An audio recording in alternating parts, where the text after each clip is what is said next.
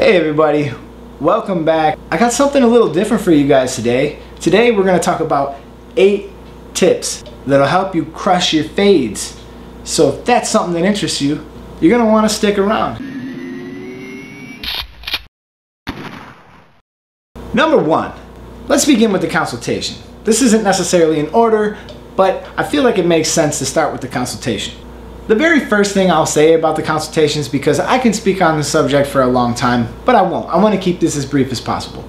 Understand who you're consultating with. There'll be times where a child will want a particular haircut, but the mother says it needs to be this way. Or the father says he wants his son to have this haircut. I've been in situations like that before where the son was telling me one thing and the father was telling me the other. It's important that you understand who you're consultating with. Because I recently made a little mistake. I was consultating a kid. He was about 17 years old. I've never cut his hair before. He told me he wanted a V fade, which I took to mean a mohawk fade. I made this stupid mistake of not just asking him for a picture. All I had to say was, can you please just show me a picture of what you want? This way I know that we're on the same page. But I didn't say that. I figured he wanted a mohawk fade. I gave him a mohawk fade, which he liked, but his brother said, no, I don't want it like that. And then it dawned on me, I wasn't consultating with the right person. So the 17-year-old in my chair, who I was consultating with, was not the person I needed to be consultating with. It turned out it was his brother who brought him to this barbershop. He was the one who instructed him what to tell me. So to make a long story short, I did 2 haircuts that day,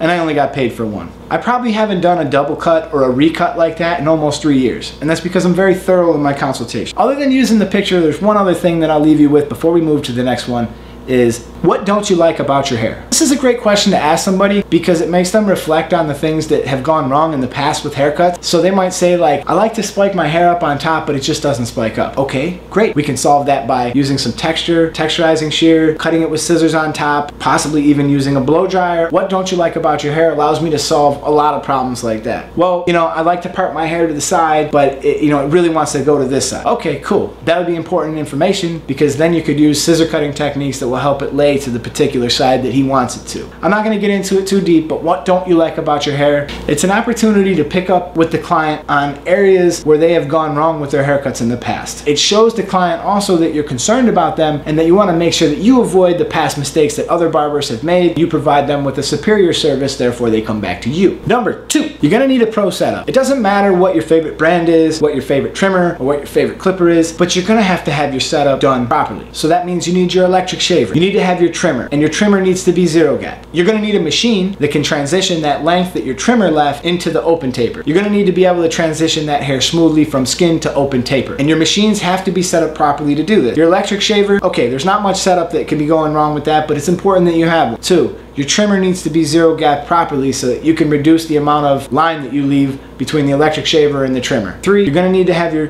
clipper 0 gap so that it blends well with the trimmer into the open taper. 4, you're going to need to have your machines properly set up. And you're going to need to have the proper guards to perform the haircut. Number 3, to crush your fades. You're going to want to be thorough in your process. This kind of feeds right into some of the stuff that people have been leaving me in the comments. Can you please show me how to eliminate the shadows that I see in my haircuts and the problems that occur when I'm trying to follow my process? Let's talk about the process. You need to be thorough in your process. And I would advise you strongly to use the 3-step method. 2 steps forward, 1 step back. Example, I've put in my 5-0 line. I go back with my electric shaver underneath it. Before I go to my open taper to set my second guideline in, I might return to my trimmer. I'm taking that step back. As I go forward into my open taper guideline, I step back to my trimmer if it's not perfectly smooth. Understand that you're building on a very solid foundation. I don't want to expound on this too much because I have a lot of videos covering the subject, and if you feel like that's an area of interest, then you might want to check out How to Erase a Skin Line, Barber Class Online, or Anybody Can Fade, all of which are videos where I think I've went above and beyond to try to explain that process and that particular process. But what I'm trying to tell you is if you're working at the skin level still and you're still seeing some mistakes in there, fix those mistakes before you move on to the 1 or 1.5 or the 2 or whatever you plan to do towards the top of the head above the parietal ridge. Make sure that everything you've done up to that point is done and it's done thoroughly. You've went against the grain, cross the grain, with the grain if need be. You've went in each and every direction and you used each guard for what it's worth. Be thorough in your process. Number 4, hold your clipper flat. This is very important. If you are struggling with your fades and you're having issues, or possibly you're not struggling with your fades, they're just taking you more time, it just seems like this should be done already and I'm still working on this step and I really should be here in my process and I'm still down here and I have 5 minutes to go and this haircut's supposed to be done and I got another customer sitting here waiting. Let's rise above the minutia for just a second and let's think about this.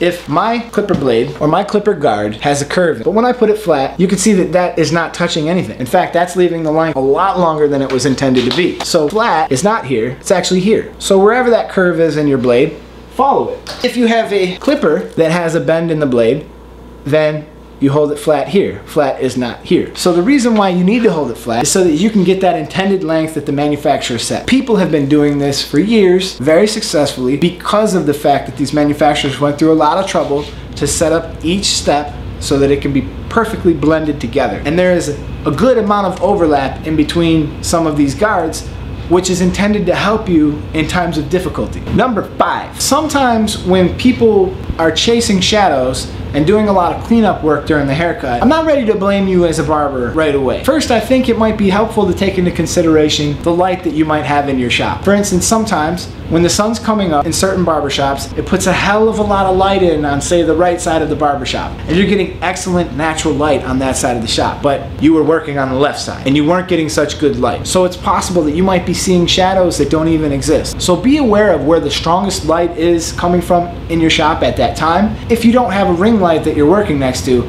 I prefer to work next to a ring light. I'll leave the link in the description for the ring light. I think it's great. It holds my camera, it's helped me advertise, and it's been a total win-win across the board. But if you don't have a ring light, you need to recognize where your strongest light is coming from in your shop. You need to use it to your advantage. So if my light was coming real strong from my right side, when I work with my client, I'm gonna continue to spin him around and I'm gonna do all my fading and detail work where I have that good strong light, and I'm gonna produce a superior result with less chances of chasing phantom shadows and actually eliminating shadows that are truly there. Now, a quick other note about these shadows. You might actually have certain shadows, and places where it's common to have them would be on the hollows of the head where it dips in, or some people have like wrinkles on their scalp or depressions in their scalp. And certainly this is going to cast some shadows. Sometimes it'll be because of the way the light hits it from the shop. If your lights are above and you have a hollow in here, it's possible that some of that ridge could be casting a shadow down and making it look like there's something that needs to be cut when it actually doesn't need to be cut. I suggest you move the client around, which is what takes me into my next one.